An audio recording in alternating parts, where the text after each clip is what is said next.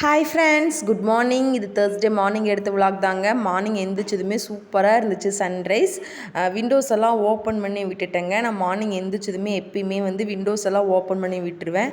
என்னன்னு தெரில, எனக்கு கொஞ்சம் வீட்டுக்குள்ளே நல்லா ஒரு வெளிச்சம், நல்லா ஒரு காற்று, நல்லா பளிச்சுன்னு இருந்தால் தான் பிடிக்கும். ரொம்ப இருட்டு கட்டிகிட்டு இருந்தால் பிடிக்கிறதே இல்லை. அது ஏன்னு தெரியல. வீடு கொஞ்சம் லைட்டனிங்கோடு இருந்தால் மைண்டுமே எனக்கு கொஞ்சம் ஃப்ரெஷ்ஷாக இருக்கிற மாதிரி ஃபீலு.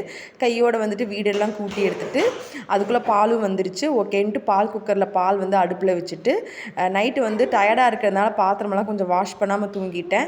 ஸோ மார்னிங் அந்த பாத்திரமெல்லாம் வாஷ் பண்ணி வச்சுட்டு இருந்தேன். அந்த கேப்பில் பாலும் விசில் வந்துருச்சு.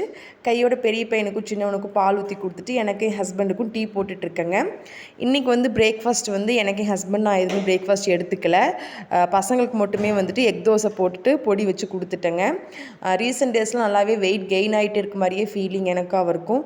ஸோ பிரேக்ஃபாஸ்ட் ஸ்கிப் பண்ணக்கூடாதுன்னு சொல்லுவாங்க. ஸோ லைட்டாக ஒரு டீயும் 2 பேரும் ஒரு வாழைப்பழம் மட்டும் எடுத்துட்டோம். டைரெக்டாக லஞ்ச் கொஞ்சம் ஏர்லியாக சாப்பிட்றலாம் அப்படின்ட்டு. இன்றைக்கி லஞ்ச் பலாக்கொட்டை குழம்பு தாங்க. லாஸ்ட் வீக் பலாப்பழம் வாங்கியிருந்தோம். ஸோ அதை கொட்டையெல்லாம் நான் தனியாக எடுத்து வச்சுருந்தேன். அதை இந்த மாதிரி தோலெல்லாம் உரிச்சிட்டு உப்பு போட்டு குக்கரில் ஒரு 2 விசில் வச்சு வேக வச்சு எடுத்துட்டேங்க. இந்த குழம்பு நம்ம நான்வெஜ் குழம்பு ஸ்டைலில் நான் பண்ண போகிறேன். ரொம்பவே டேஸ்ட்டாக இருக்கும். சிம்பிள் தான். ஒரு பேனில் ஆயில், பட்டை, கிராம்பு, ஏலக்காய், பிரியாணி இலையெல்லாம் போட்டு வெங்காயம், தக்காளி போட்டு நல்லா வதக்கிக்கோங்க. இறக்கும்போது கொஞ்சமாக மல்லித்தூள், மிளகாத்தூள் இவ்வளோ மட்டும் போட்டு பரட்டி இறக்குனிங்கன்னா சூப்பராக நமக்கு அந்த வதக்கல் ரெடி ஆகிடும்.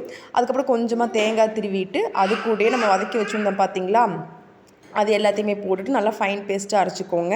அவ்வளோதான். அப்புறம் இன்னொரு பேனில் ஆயில், கடுகு, காஞ்ச மிளகாய், கருவேப்பிலை போட்டு நம்ம அரைச்சி வச்ச பேஸ்ட், அதுக்கப்புறம் நம்ம வேக வச்சுருந்தோம் பார்த்தீங்களா பலாக்கொட்டை, அது போட்டுட்டு மிக்ஸ் பண்ணி கொடுத்துருங்க. எனக்கு 2 விசில் தான் விட்டேன். சூப்பராக வெந்து வந்துருச்சு. கூடயே தேவையான அளவுக்கு சால்ட்டு போட்டால் சூப்பரான பலாக்கொட்டை குழம்பு ரெடி.